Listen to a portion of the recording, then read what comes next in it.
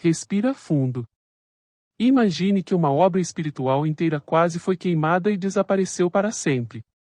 O que hoje conhecemos como nosso lar poderia ter sido jogado ao fogo, acusado de ser perturbado, rejeitado pelos próprios espíritas. Mas o mundo espiritual não permitiria. Nesta reflexão, vamos atravessar os bastidores dessa revelação polêmica, questionada, dividindo opiniões: seria ciência ou apenas romance? Jorge Lahar nos conduz pela história de Allan Kardec, o zelo da universalidade dos ensinos, e a coragem de médiuns que receberam visões do além muito antes de estarmos preparados para entendê-las. O que parecia ficção há 80 anos, hoje é confirmado por diversos médiuns e estudiosos. Mas a pergunta é: quantas verdades espirituais nós ainda rejeitamos por medo, ignorância ou apego ao que já conhecemos?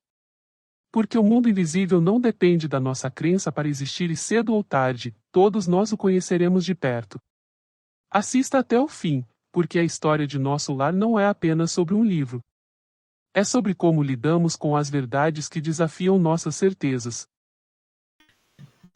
Boa noite para todos nós. O nosso tema de hoje, ele trata de um aspecto muito importante dentro do entendimento da doutrina espírita. E ele estará apoiado no livro A Gênese, no seu capítulo 1, item 55, que trata sobre um aspecto muito interessante do caráter da revelação espírita. Sim, a revelação espírita, pelas características essenciais que ela possui. Porque no dizer da doutrina espírita, na questão 622 do Livro dos Espíritos, houve, na verdade, ao longo da história da humanidade, incontáveis revelações. Incontáveis. Porque a lei de Deus, ela não é somente aquilo que se apresenta para nós nos aspectos que digam respeito à religião, aos aspectos religiosos, aos aspectos morais. Todos os avanços científicos também são revelações. A lei da gravidade, o estudo das ciências, compreensão da eletricidade, da ótica, da mecânica, os estudos da química, da biologia, todos esses são estudos que, quando são trazidos para nós, também são revelações, porque aqueles que apresentam a lei de Deus são reveladores. E a lei de Deus, além de ser o aspecto religioso, é também o aspecto relacionado com as questões científicas. Portanto, existem incontáveis revelações que nós recebemos ao longo dos séculos e dos milênios. Mas se nós fôssemos nos restringir apenas às revelações de caráter religioso, ainda assim, elas também seriam incontáveis. Porque não foram só apenas 3 revelações que nós recebemos. Nós recebemos uma quantidade muito grande de revelações, porque cada um daqueles que passaram sobre a terra, trazendo notícias das questões espirituais, também podem ser considerados à conta de reveladores. São reveladores, portanto, Buda, Krishna, Sócrates, Hermes, Orfeu, os sábios da Cabala, os autores dos Vedas, tantos e tantos outros que passaram pela nossa humanidade, trazendo notícias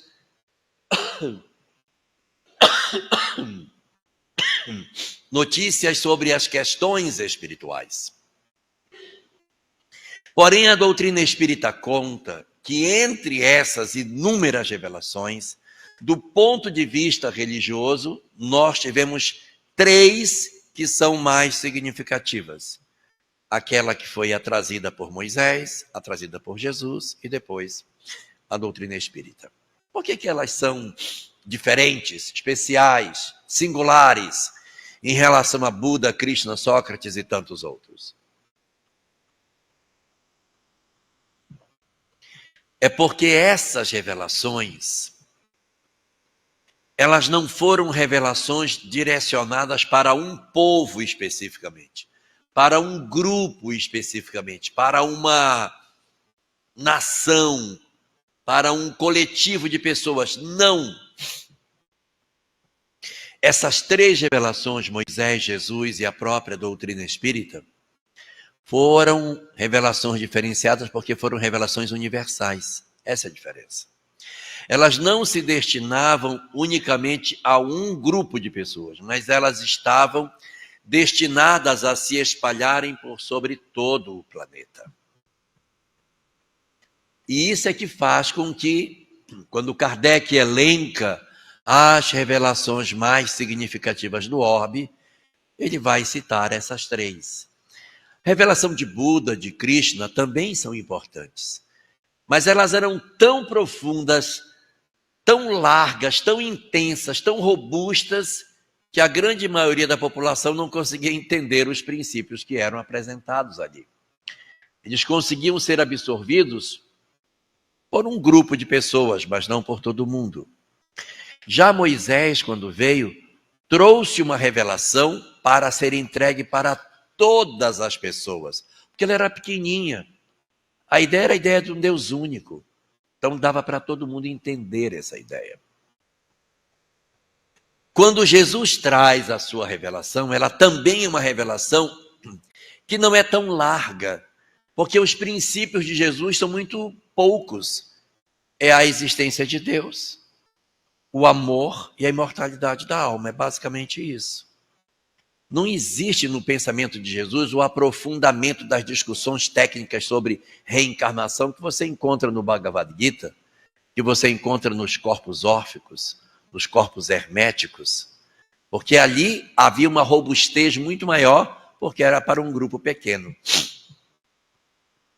Jesus traz uma revelação universal, porque era possível que todas as pessoas da época, ou pelo menos a grande maioria das pessoas, entendessem a ideia de que Deus é nosso Pai, a ideia da imortalidade e também a ideia de que o amor é a única regra que garante a verdadeira felicidade da criatura.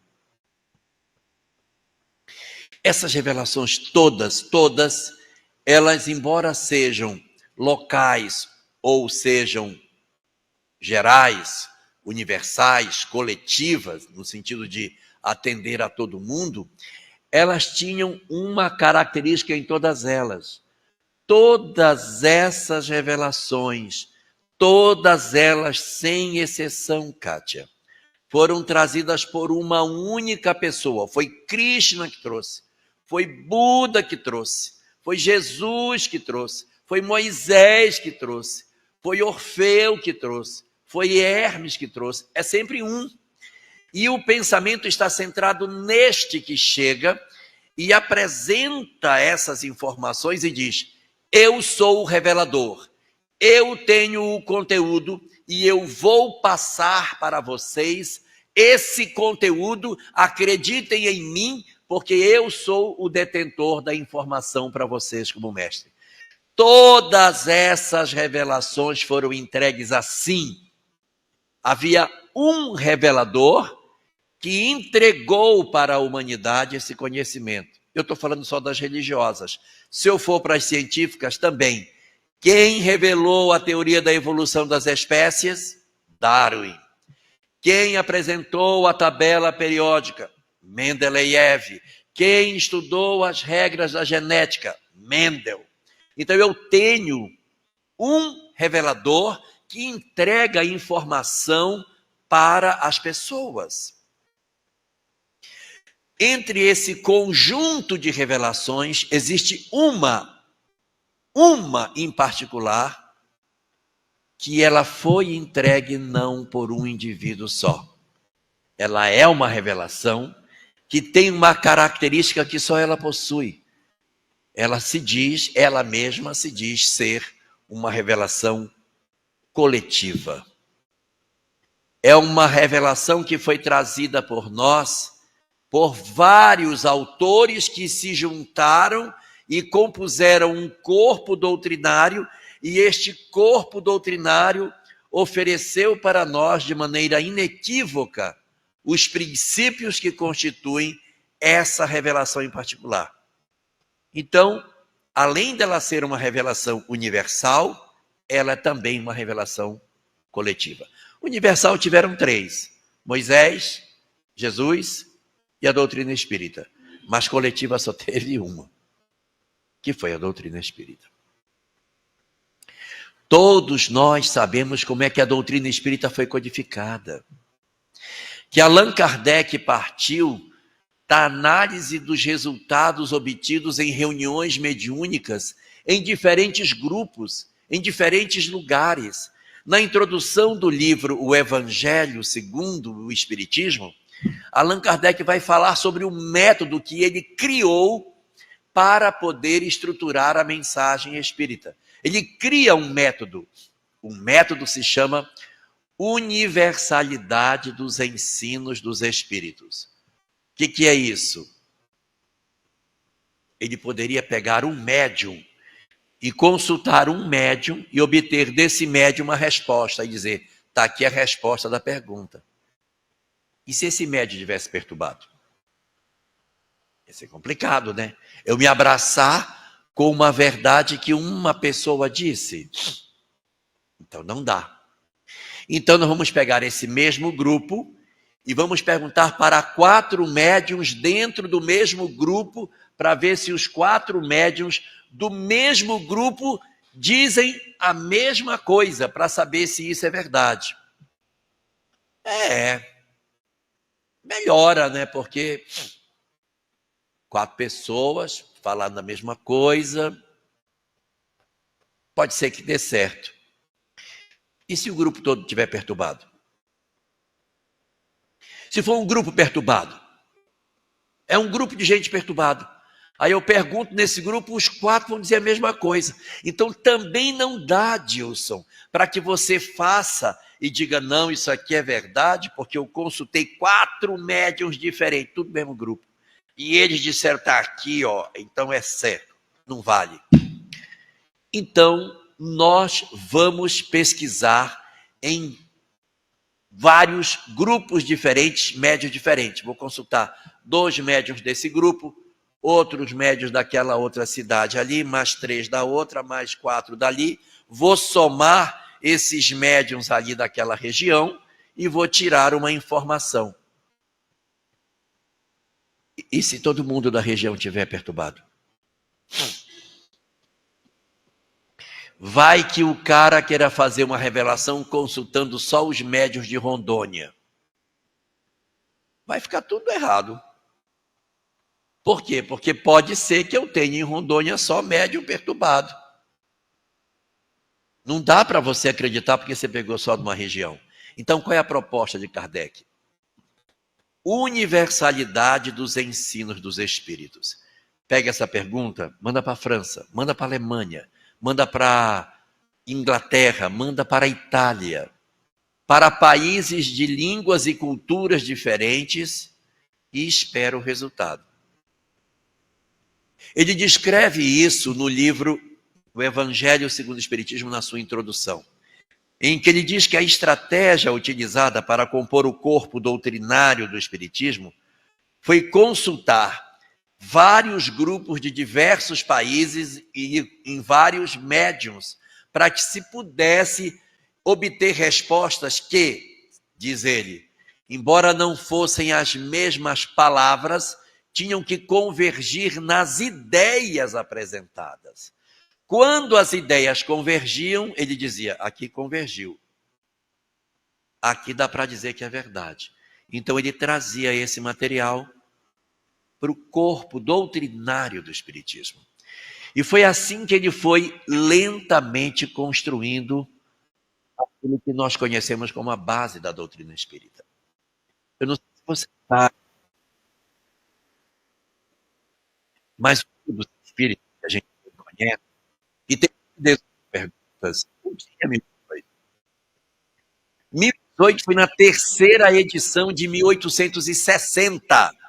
O livro dos espíritos que nós manuseamos não é o livro de 1857. O livro original de 1857 tinha 501 perguntas. 501. E ele 3 anos depois, 1860, ele publica um livro que tem 1018. Ele dobrou o número de perguntas nesses 3 anos, criou muito mais comentários e deu muito mais robustez para o trabalho que havia sido feito. Mas esse material é construído a partir do quê? Da pesquisa em vários grupos, em vários lugares diferentes. E o que fazia Kardec quando ele não encontrava congruência? Os grupos não convergiam na mesma ideia. Deixa de lado. Não vamos tratar disso agora. Vamos deixar que isso apareça depois. Porque é importante que a gente vá consolidando os tijolos da obra ao longo do tempo.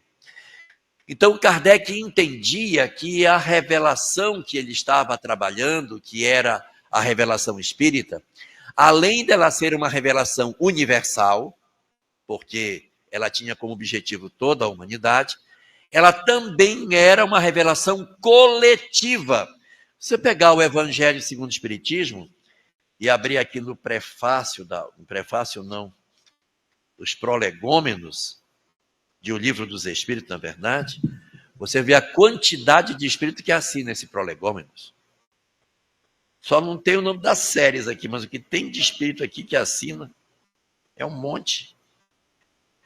É Sócrates, é Pascal, tem João Evangelista, é um monte de gente que assina. Ah, estava com outro nome? Sério, você assinou com outro nome? Ah, não. Então, é um coletivo de espíritos que trazem para nós essa revelação quando estamos falando dos que se nominaram. E os que não se nominaram? Os que não botaram seu nome? Porque tem muita pergunta aqui no Livro dos Espíritos que está respondida, não tem o nome do respondedor, não tem o nome de quem respondeu, só está a resposta. Quem foi que respondeu? Não sei, porque são vários lugares, são várias dissertações, ele foi juntando e foi compondo esse texto.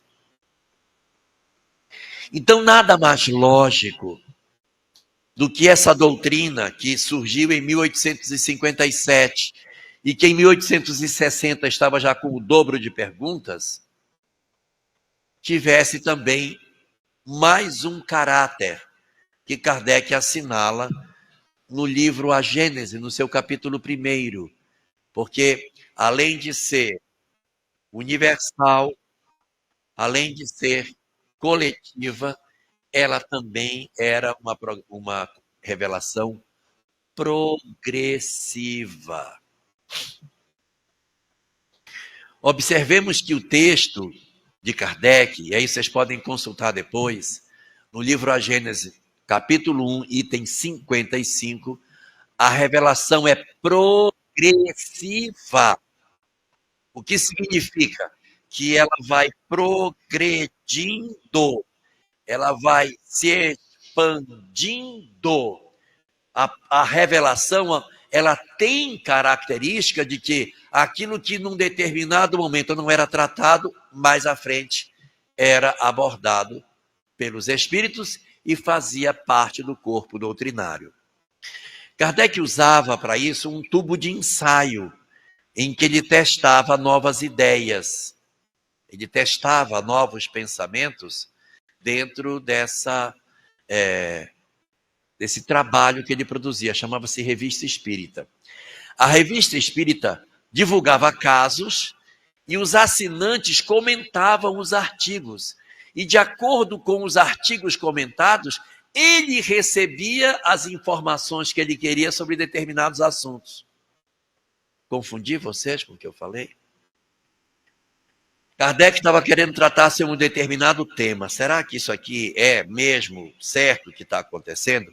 Eu vou jogar um artigo na Revista Espírita e vou ver o pessoal falar. Então, joga um artigo na revista e espera as reflexões que as pessoas vão apresentar para dizer, esse aí é bom. Tá, todo mundo que comentou para o mesmo lado. Então, isso aqui dá para a gente trabalhar como corpo doutrinário. Aí aparecia nos livros. Então, o que está na Revista Espírita nem sempre foi ancorado dentro do texto da obra doutrinária. Ele usa a revista espírita como isca. Ele joga um artigo e diz, vamos ver o que o pessoal fala. Aí o italiano dizia, não, aqui aconteceu, o espírito veio e falou a mesma coisa. Aqui na Alemanha também. Então os assinantes contribuíam com ideias, fechavam a ideia do pensamento coletivo e aquilo ele dizia, bom, agora está validado, eu posso trazer esse conteúdo para o corpo da doutrina espírita. Trabalho danado, né? Bem montado. Tem uma revista espírita, não quero que ninguém fique com raiva de mim. Tem uma revista espírita que tem um artigo. O título do artigo é A Mulher Tem Alma? Não é legal esse? Por quê? Porque naquela época ainda havia, vejam como é o mundo que a gente vive. Naquela época ainda tinha gente que tinha dúvida. É um absurdo, né? Presta atenção, Zé. A mulher tem alma. Por que Kardec faz isso? Porque havia no corpo dos que estudavam doutrina espírita a dúvida se a mulher tinha alma ou não. É mole. Ele joga o texto evidentemente tem as suas contribuições e você vai ver no corpo da doutrina espírita se colocado de maneira inequívoca, que evidentemente não tem nem lógica disso. Mas isso era um pensamento aristotélico lá de trás, que dizia que Deus criou a ordem, o universo e o homem e a luz. E o oposto de Deus, que eu não me lembro como é que ele chamava, criou o caos, a escuridão e a mulher.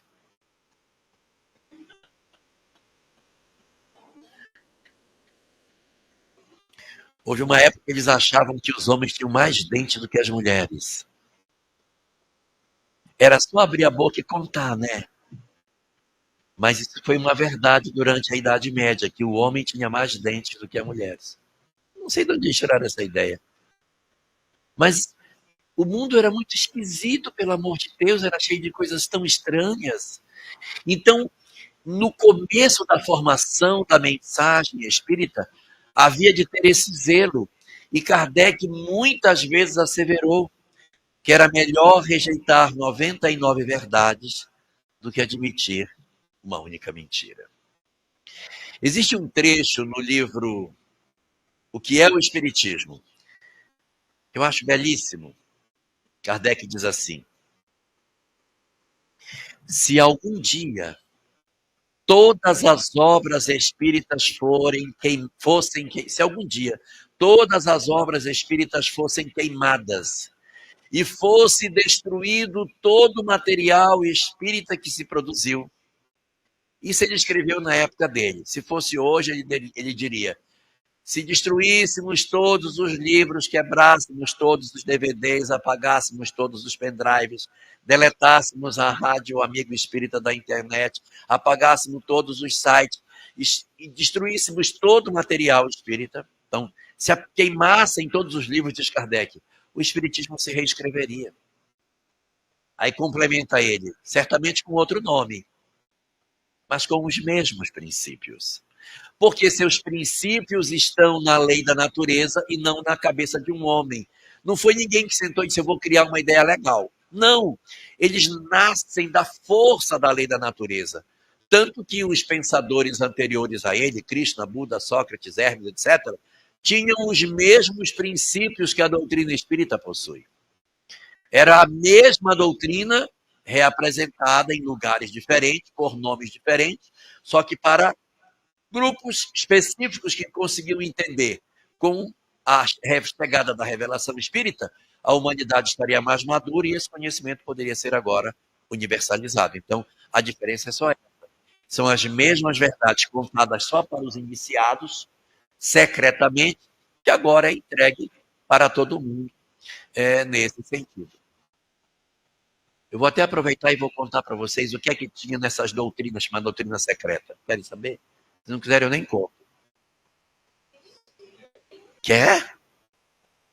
Tinha 10 princípios. Doutrina secreta da Índia, do Egito, da Cabala judaica, dos Vedas, do pensamento de Orfeu, do pensamento de Hermes, de Sócrates, de Pitágoras. Todo esse pessoal que estudava um conhecimento que era oculto, que era escondido, ninguém podia. Os templos de Amon, tudo escondidinho, tudo era escondido, não podia falar para todo mundo, porque o vulgo não entendia. Então, eram duas doutrinas: uma doutrina para o vulgo, para o ignorante, e uma doutrina secreta só para os inteligentes. E o mais impressionante, essa doutrina é sempre a mesma. Eles formaram na Índia um núcleo de formação de grandes conhecedores espirituais, e esse pessoal ficou reencarnando e entregando a doutrina chamada de doutrina secreta em vários lugares do mundo. Mas ela sempre foi a mesma, ela nunca foi diferente. Ela tinha 10 princípios. Número 1, a existência de um Deus único. Número 2, o homem possui uma parte dele que é espiritual. Essa parte espiritual sai do corpo, vê o corpo dormindo, se desloca, faz viagem astral e volta. Número 3, essa mesma alma que tem no homem que sai e volta, etc., quando o homem morre, ela fica viva. Existe também a imortalidade da alma. Número 4, essa alma, depois da morte, ela vive no mundo espiritual. Existe um lugar no mundo espiritual onde as almas vivem. Existe o mundo espiritual. Número 5, esses espíritos que estão no mundo espiritual se comunicam com os homens. Do lado de lá, eles falam com os que estão do lado de cá. Número 6, existe a lei de causa e efeito. Quando eu fui bom, eu fico bem do lado de lá. Quando eu fui mal, eu fico ruim do lado de lá. Número 7, existe a reencarnação. As almas voltam tantas vezes quantas se fizerem necessárias. Número 8, os espíritos encarnam e vão evoluindo progressivamente. Então, a reencarnação vai promovendo a evolução dos indivíduos.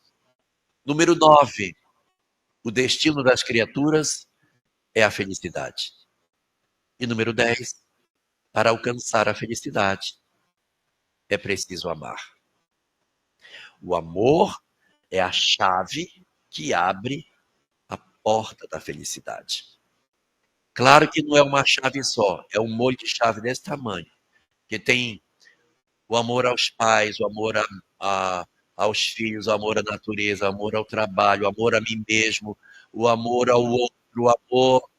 Tem um monte de chave, umas maiores e umas menores. Amor à sogra é uma chave bem pequenininha.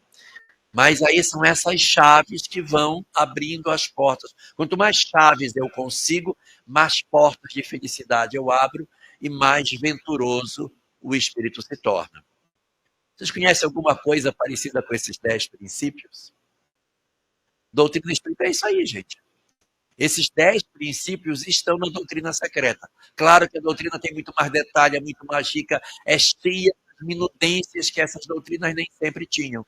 Então, é uma doutrina muito mais robusta. Mas os seus pilares são os mesmos pilares da doutrina secreta. Então, quando esse conhecimento foi chegado à doutrina espírita, quando a doutrina foi se construindo, Kardec dizia: se destruírem tudo, tudo vai se reestruturar, porque está na lei da natureza, afinal de contas é a doutrina secreta que está sendo publicada, é a mesma coisa, não tem mistério. Então ela se reescreveria se tudo se destruísse. Só que, zeloso pelo sucesso dessa doutrina, Kardec tinha alguns cuidados muito interessantes. Cuidado número 1, ele não usava como princípio aquilo que ele tivesse dúvida. Tem dúvida, não põe. Deixa do lado de fora. Porque se está na lei da natureza, o que é que vai acontecer? Amanhã se apresenta. Deixa, não precisa ter pressa de entregar tudo. Entrega o que já está consolidado. E vai deixando com que, na medida em que as coisas forem acontecendo, novos desdobramentos vão garantir a continuidade da ideia.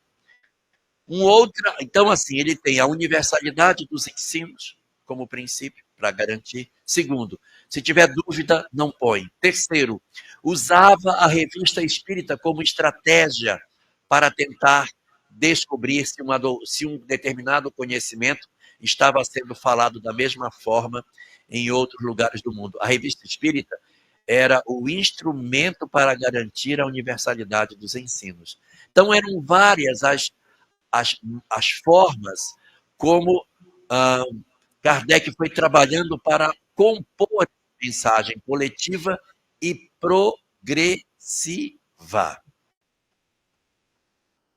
Evidentemente, como a doutrina ela era progressiva, os conhecimentos sobre ela foram se alargando ao longo do tempo. E ele era sempre muito cioso do uso das informações. Existe um fenômeno mediúnico, todo mundo aqui conhece, no qual o médium de efeitos físicos excreta um ectoplasma, a entidade espiritual se modela nesse ectoplasma e se faz visível para todos no ambiente e até pode ser tocado pelas pessoas. Como se chama essa mediunidade? Essa era uma pergunta. Como é que chama a mediunidade através da qual um espírito pega um ectoplasma, se modela e se apresenta, todo mundo enxerga e pode até tocar? Vou dar uma dica. Muito bem. Vocês vão pegar o livro dos médiuns e vão procurar sobre materialização no livro dos médiuns. Sabe o que vai acontecer? Não vão achar. Porque Kardec não chamou de materialização. Nós é que chamamos. Sabe por que ele não chamou? Porque imagine na época dele dizer que o espírito se materializa. Ou seja, o espírito vira matéria. Seria um absurdo tão grande que ele usou uma outra palavrinha. O movimento espírita brasileiro é que chama de materialização, mas não tem na obra de Kardec. Ele chama aparição. Olha como ele foi esperto. Ele usa a palavra aparição, que era mais fácil das pessoas entenderem. O espírito apareceu lá, né? Uma aparição. Mas ele não diz o espírito se materializou, que a gente diz. Mas na época dele havia muita resistência. Era um mundo muito descrente, muito cético. Então ele usa como estratégia de convencimento que o espírito apenas promoveu a aparição e não uma materialização. Esses eram os cuidados que Kardec tinha com as questões com as quais ele lidava, mas ele tinha plena convicção de que o que ele tinha como verdade hoje, amanhã seria alargado à medida que novas informações espirituais começassem a chegar. E foi o que aconteceu. Nos anos de 1926 ao ano 1930, o mundo espiritual mandou uma obra fantástica para nós. Uma obra que falava que no mundo espiritual havia casas, havia hospitais, que tinha comida. Uma obra que dizia que os espíritos usavam roupas diferentes, falava de macas, de animais no mundo espiritual. Gente, era uma coisa que nunca ninguém tinha visto. Ninguém tinha visto isso. Período da recepção dessa obra, 1926 a 1930. Foram quase 5 anos recebendo esse texto. Quando o médium que recebeu esse material pegou e decidiu datilografar, porque não é digitar não, tá? Porque digitar é muito fácil. Você digita, hoje você até fala para o Word, ele já vai escrevendo para você. Naquela época era no dedo, digitando. O médium que recebeu esse material digitou todo esse texto no papel, deu um monte de folha e foi na FEB levar o material para ser publicado. O presidente da Federação Espírita Brasileira, quando pegou o livro e leu, e disse: esta é a obra mais perturbada que eu já vi em toda a minha vida. Eu nunca vi, verdade, eu nunca vi, se ele fosse mineiro, ele teria dito: eu nunca vi um trem tão ruim na minha vida. E devolveu para o médium. Isso aqui é pura perturbação. O médium, apavorado, pegou esse material, levou para casa e disse: eu vou tocar fogo. Foi para o fundo do quintal, botou aquela ruma de papel no quintal, pegou uma caixa de fósforo e foi tocar fogo. Quando ele foi tocar fogo no papel, ele ouviu uma voz e uma mão que apareceu e disse: não queime, não queime, guarde. Mas não presta, guarde. Aí o médium catou as folhas de novo tudinho, botou num saco e guardou. Esse material ficou guardado de 1930 e pouco, durante quase 25 anos, até que fosse publicado em 1955. Essa obra só seria publicada em 1955. No tempo que esta obra ficou guardada, muita coisa aconteceu. Nesses 25 anos, muita coisa aconteceu no movimento espírita, porque apareceu, enquanto o livro está guardado na prateleira, aparece no movimento espírita um jovem, que tem uma mediunidade incrível, ainda muito novo, começa a receber poesias de diversos autores e compõe um primeiro livro chamado Parnaso de Além Túmulo. O médium Francisco Cândido Xavier. E em seguida, começa a produzir obras de uma excelente qualidade mediúnica. Um trabalho absurdamente magnífico. Magnífico. A obra A Caminho da Luz, assinada pelo Espírito Emmanuel em 1938, é uma coisa, um tratado da interpretação da história à luz do Espiritismo. Uma coisa incrível. Depois ele viria trazer os romances históricos, que ele mesmo seria personagem em 4, são 5, mas em 4 deles ele seria personagem. Só não é personagem no livro Paulo e Estevão, mas em todos os outros ele seria um dos personagens da trama. Livros de uma excelente qualidade literária e de uma precisão histórica, científica extraordinária. Eu vou contar só um lance do romance histórico de Emmanuel. Romance há 2000 anos, quando Saúde de Horas é vendido ele é vendido no mercado. O autor espiritual diz que ele estava exposto para a venda com os pés pintados com giz. Qual é o objetivo de eu pegar uma pessoa e levar para a feira e pintar? Por que só Saúl estava com os pés pintados de giz? É porque, anos mais tarde, o pessoal pesquisando descobriu que nos mercados de Roma, quando se vendia um escravo que era rebelde, fujão, teimoso, esquisito, que ia dar problema, você pintava o pé dele de branco para que o comprador, isso é direito do consumidor, que o comprador, quando comprasse, já soubesse que estava comprando um problema. Então tinha que fazer até um deságio no preço dele, porque ele era problemático. Então você tinha que pintar o pé do produto de branco. E Emmanuel cita que os pés dele estavam pintados de branco quando ele estava no mercado.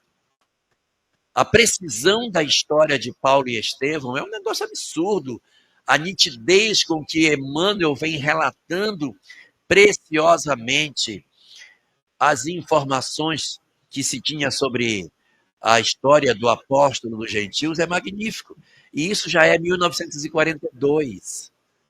Período lindo onde esses romances estão sendo entregues E o movimento espírita está fascinado pelo que está acontecendo.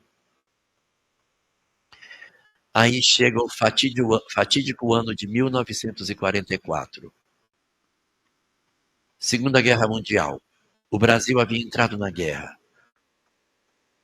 O país estava apavorado com a guerra. O mundo estava vivendo um conflito armado como nunca tinha visto. Hoje a gente fala da Segunda Guerra Mundial, está resolvida, é muito fácil. Mas vá você viver o período da guerra, que não sabe como é que ela vai terminar, que via os confrontos e o medo de que outro tipo de solução acontecesse nos campos de batalha. Então, exatamente em função das angústias sobre a morte, sobre o futuro do homem, sobre a humanidade, aparece a obra de André Luiz. Esse médium ele já vinha de uma respeitabilidade muito grande. Ele vinha de várias obras extraordinárias que davam a ele essa confiança no trabalho produzido. E Chico Xavier, então, recebe a obra Nosso Lar, que cai como uma bomba no colo da FEB. Que é isso aqui? Esse livro vem falando de casas, hospitais, macas, animais, comida. Que estranho, mas o médium é respeitável. Será que ele está perturbado? Será que não está? E aí, no meio desse conflito, publica-se a obra Nosso Lar, que está fazendo este ano 80 anos de existência. O movimento espírita se divide. Parte acha que sim, parte acha que não. Cadê a universalidade dos ensinos dos espíritos? Cadê? Porque foi publicado o material de Chico, né? Mas não tem outro médium não para confrontar isso não. E tinha. Houve um médium americano chamado Andrew Jackson Davis, que nasceu em 1826, desencarnou em 1910. Desencarna exatamente no ano que Chico reencarnou. E Andrew Jackson Davis, que não era necessariamente espírita, mas era um médium absurdamente lúcido, conta histórias do mundo espiritual, conta de cidades onde ele passou e traz essas notícias de que existia, sim, lugares do mundo espiritual onde os espíritos viviam que não eram planetas. Aí vocês vão me dizer, esse é o problema. Porque na obra de Kardec não tinha nada nesse sentido. Não tinha nada nesse sentido. Nada é escrito. Vem cá, Séries. Vem cá. Para não dizer que eu estou inventando. Vem cá. Aqui.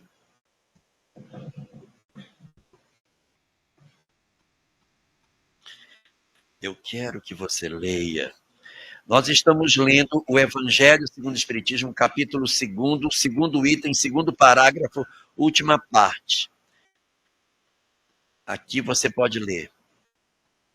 Desse Espíritos até o final do parágrafo. O microfone é aqui. Não precisa, não. Espíritos culpados erram nas trevas. Os felizes gozam de uma claridade resplandecente e do sublime espetáculo do infinito. Enquanto, enfim, que o mal, atormentado de remorsos e lamentações, frequentemente só, sem consolação, separado dos objetos da sua afeição, geme sob o constrangimento dos sofrimentos morais. O justo, reunido àqueles que ama, goza as doçuras de uma indizível felicidade. Atenção agora. Lá também há, pois, várias moradas, embora não sejam nem circunscritas, nem localizadas. Uai. Só isso, senhor? Só isso. Obrigada. Vocês viram que ela disse que existem moradas que não estão circunscritas e nem estão localizadas? O que será isso, Zé, pelo amor de Deus?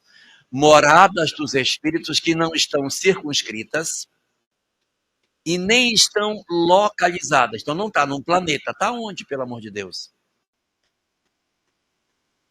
Este item é o rabinho que Kardec deixou para que no futuro, quando aparecesse as revelações sobre cidades espirituais, está aqui. Existem moradas não circunscritas e não localizadas também. Não tem só as circunscritas e localizadas como as nossas, mas o mundo espiritual também tem moradas para os espíritos. A obra de Kardec, com essa colocação, a informação referente a Andrew Jackson Davis, fez com que nós conseguíssemos perceber que havia indícios de que realmente isso pudesse ser razoavelmente verdadeiro. Enquanto isso, o material que ia ser queimado estava guardado na estante, esperando para ser publicado. 2 anos antes da sua publicação, esse médium que recebeu esse material e que ia queimar, recebe a visita de Leon Denis. Leon Denis aparece e disse: eu fui autorizado a rever o material que você ia tocar fogo. Porque quando ele foi composto por um espírito suicida, um espírito muito perturbado, e que escreveu as coisas dentro da leitura pobre que ele tem sobre os aspectos doutrinários. Eu vou rever a obra com a autorização dele, sem tirar o estilo dele, mas organizando os conteúdos e enriquecendo com material doutrinário para que a obra fique melhor. Retire os escritos, vamos mexer tudo. Leon Denis, então, pega aquela montoeira de papel e revisa o texto que iria ser queimado e organiza todo o material de novo. Depois que ele organiza, diz para o médium: agora você vai digitar tudo de novo. Já tinha digitado uma vez, coitadinho. Vai digitar tudo de novo e datilografar. Você não sabe que você não viveu a época da máquina de escrever, Zé. Você já nasceu quando o computador, já nasceu digitando no Word. Mas na máquina de escrever era ruim de fazer, porque quando errava tinha que fazer tudo de novo. Pois ela digitou tudo de novo e corajosamente levou a obra de novo na FEB. E disse: eu estou trazendo esse livro. A FEB pegou, leu o livro e disse: é a obra mais fantástica que eu já li. E aí, em 1955, vem a lume o livro Memórias de um Suicida, que fala. André Luiz falava de cidade no mundo espiritual, esse também fala. Falava de comida no mundo espiritual, esse também fala. Falava de animais no mundo espiritual, esse também fala. Falava de marcas no mundo espiritual, esse também fala. Hospitais também fala. Ou seja, os princípios que estavam colocados dentro do corpo do livro Nosso Lar eram exatamente na sua essência os mesmos apresentados por Dona Ivone do Amaral Pereira, o médium que recebeu o livro Memórias de um Suicida em 1926 a 30. Se ela publica primeiro o livro, ela seria massacrada, porque Memórias de um Suicida é o primeiro livro publicado de Dona Ivone, é o primeiro. Nunca que ela iria conseguir, como médium desconhecido, trazer uma revelação tão surpreendente.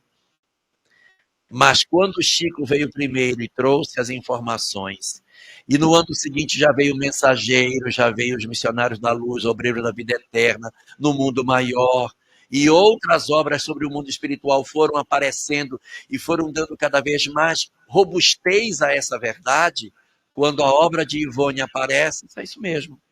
Esse material aí é o mesmo que o outro médium está recebendo.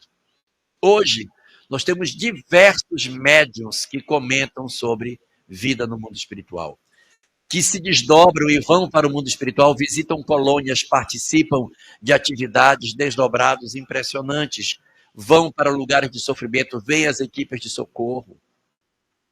Tudo isso é visto por vários médiuns e vários autores espirituais.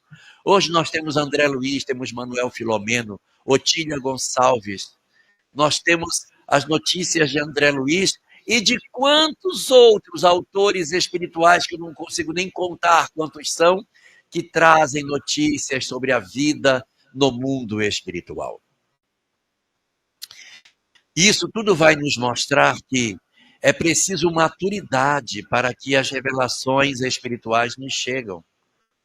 Aquilo que nos escandalizou há 80 anos atrás, hoje já está pacificado dentro do movimento espírita, em que se compreende pelas leituras e a universalidade dos ensinos dos espíritos comprovam essa veracidade. Ah, mas Kardec não tratou, mas ele não tratou tudo. Ele tratou de tudo, mas não tratou tudo. Cadê a parte de Kardec sobre clonagem? Vocês já viram? Pois é, não tem mesmo. E de transplante? Também não tem. Qual é a opinião da doutrina espírita na obra de Kardec sobre a homossexualidade? Também não tem. E só porque não tem, ninguém pode discutir? Não podem existir comentários posteriores saudáveis que venham trabalhar esses conceitos? Reprodução assistida, o que é que tem sobre fertilização in vitro? Não tem nada em Kardec. Claro, não existia. Como é que ia comentar uma coisa que naquele período cientificamente ainda não estava estruturado? Então a doutrina espírita ela é progressiva, Andréia. Ela é progressiva porque, na verdade, os princípios doutrinários estão sujeitos a um grande processo de amadurecimento. E se aquilo ontem nos escandalizou e hoje não nos escandaliza mais, é porque nós estamos numa nova fase em que novos conhecimentos estão sendo trazidos para que novos escândalos aconteçam e a gente possa aferir as novidades que estão surgindo em termos da revelação espírita, para saber até onde elas são razoáveis de serem incorporadas como princípios doutrinários e como não. Hoje nós temos muitas informações que estão chegando do mundo espiritual sobre coisas que não se comentava antes. O que nós temos de notícias sobre a transição planetária hoje é muito mais robusto do que nós tínhamos na época de Kardec. Então tem mais informações chegando que vem se somar a esse grande edifício doutrinário. O importante é que as peças que chegam são tijolos que são assentados sobre a base que já está. Eu não posso trazer um tijolo e dizer, esse tijolo para encaixar tem que quebrar esses 4 para ele entrar. Aí tem uma coisa esquisita. Mas se os conceitos que se traz conseguem se organizar dentro da base doutrinária, é porque nós estamos diante de um conhecimento que verdadeiramente é consentâneo com a mensagem espírita. Que não nos cause estranheza as novidades, porque Kardec trabalhava assim. Quando nós observamos os zelos que Kardec tinha com a biblioteca das casas espíritas, ele tinha até na biblioteca os livros que eram contrários ao espiritismo. Obras que atacavam a doutrina, ele botava também na biblioteca. Porque as pessoas também deveriam ler o que pensam os que acham que o espiritismo está equivocado. Olha a leitura que ele tinha, como era surpreendente. E nós somos muito medrosos, né? Nós somos muito medrosos. Nós somos muito medrosos com mediunidade. Nós estamos doidos para fazer um espiritismo sem espírito. E a gente precisa ter mediunidade nas casas, porque espírito não é uma coisa do além. Espírito é uma coisa do aquém. Porque os espíritos vivem entre nós. Então nós temos, claro, que estudar, nós temos que nos fortalecer, nós temos que ter base doutrinária, mas as reuniões mediúnicas elas têm que ser naturais. Não pode ser uma coisa que a pessoa vai ficar 20 anos na casa espírita para ter a permissão de assistir uma reunião mediúnica. Não dá para ser assim. Então a gente precisa ter zelo, cuidado para que as reuniões não sejam públicas, para que haja um estudo prévio, mas o acesso a essas reuniões precisa ser franqueado para que as nossas casas espíritas possam ter até essa possibilidade do recolhimento das informações. ter cuidado com a fascinação, ter cuidado com a perturbação e sempre confrontar o que a gente recebe com a base doutrinária que a gente já possui. Hoje, novos horizontes estão surgindo nas experiências de quase morte, aonde a gente está indo para a comprovação da existência do espírito pelo braço da ciência. Os estudos de epigenética mostrando o quanto o comportamento humano interfere na genética do nosso corpo, promovendo gatilhos para a saúde e gatilhos para a doença, pela conduta que eu tenho e o comando que eu dou para as minhas células a partir da produção de determinadas substâncias, são novos horizontes que estão surgindo. Então a gente precisa, evidentemente, estar atento a todo esse processo e observar que aquilo que antes poderia nos parecer uma ficção, poderia nos parecer até mesmo um romance, é, na verdade, a realidade do mundo espiritual. Porque não é só André Luiz que está trazendo para nós essa informação. Já há uma quantidade significativa de médiuns e de espíritos que vêm trazer informações na mesma direção, garantindo assim o princípio da universalidade dos ensinos dos espíritos, peça fundamental da organização do pensamento espírita. Portanto, nesse nosso dia que nós tiramos para refletir sobre essa obra magnífica, que nós leiamos com atenção, não somente para procurar identificar se ela é verdade ou não. É verdade ou não é verdade? Sim, é verdade. Ah, bom, então se é verdade, tudo bem. Ela não veio para saber se é verdade ou não. Ela veio para mais do que isso, convocar a todos nós a um processo de mudança. Infelizes daqueles de nós que teimarmos em discutir sobre essa obra e depois de nos convencermos que ela é verídica, colocarmos na prateleira como se ela fosse apenas notícias do mundo espiritual. Que ela seja bússola para as nossas vidas, orientação para as nossas condutas, que ela seja um elemento de reflexão do que fazemos na vida na Terra. Porque se hoje estamos aqui, amanhã certamente estaremos do outro lado, nos defrontando com esta realidade inamovível da imortalidade da alma e da sobrevivência do espírito. Que saibamos preparar o nosso retorno para casa e aproveitemos as lições que a obra de André Luiz, de Frederico Figner, de Otília Gonçalves, de Manuel Filomeno e de tantos outros autores espirituais nos trazem para preparar um retorno mais extraordinário possível de volta para casa, aonde os nossos amores nos aguardam para a continuidade da vida que nunca cessa. Sucesso para nós nesse objetivo e que Deus abençoe os nossos melhores propósitos de mudança e de trabalho no bem. Muito obrigado. No fim, o que nosso lar nos entrega vai muito além da descrição de colônias espirituais. Ele nos lembra que estamos de passagem e que cada pensamento, palavra e ação está construindo o lar que vamos habitar depois da morte. O erro de muitos é tratar o livro apenas como curiosidade mediúnica, esquecendo que ele é um chamado à reforma íntima. Kardec dizia que é melhor rejeitar 99 verdades do que aceitar uma mentira. Mas também nos ensinou a não temer o novo quando ele se harmoniza com os princípios da doutrina. Hoje, a universalidade dos ensinos já confirma que aquilo que parecia fantasia é, na verdade, parte da realidade espiritual.